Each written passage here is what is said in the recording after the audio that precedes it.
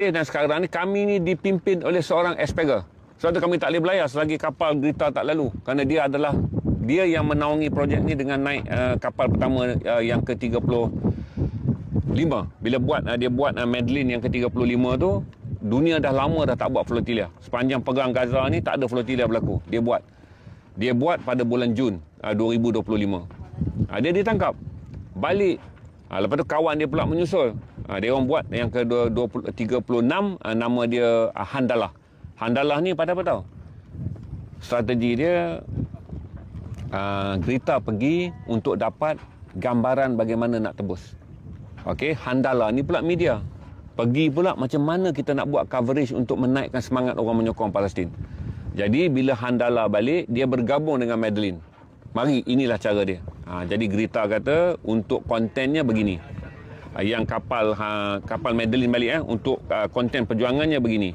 Yang kapal Handalah balik untuk konten maklumatnya supaya dunia bangkit menyokong Palestin begini. Berarti eksplorasi Madeline gagal dari segi menghampaikan bekalan perubatan.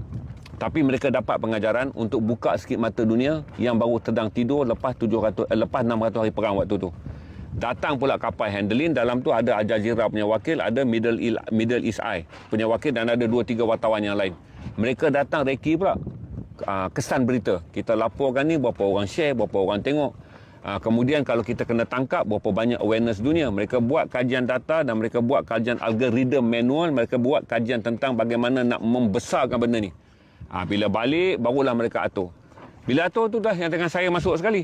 Mereka kata setiap kapal pelayar ni kena ada orang yang boleh menyebarkan berita bagi negara yang mereka wakili. Jadi kalau ada 45 negara, mereka harapkan berita ni dikongsi. Di Eropah ni senang. Walaupun mereka Eropah ni dapat 10 negara pun, kesan di mereka ebarkan berita mudah. Sebab pelbagai negara menggunakan pelbagai bahasa.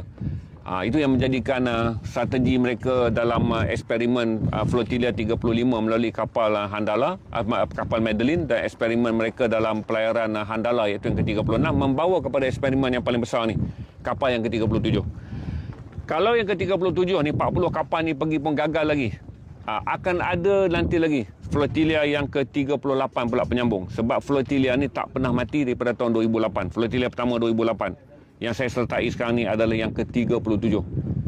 Kalau flotilla ni gagal dari segi operasi dan matlamat, dia berjaya pula untuk mewujudkan yang 38. Sebab yang 38 akan fikir pula kenapa yang 37 gagal. 38 fikir pula, kalau 38 kata kita kena dapat sokongan daripada kuasa negara. Maka 38 kalau nak bergerak, dia dapatkan dulu sokongan kuasa negara. Berarti United Kingdom akan kata, ini bukan rakyat kami.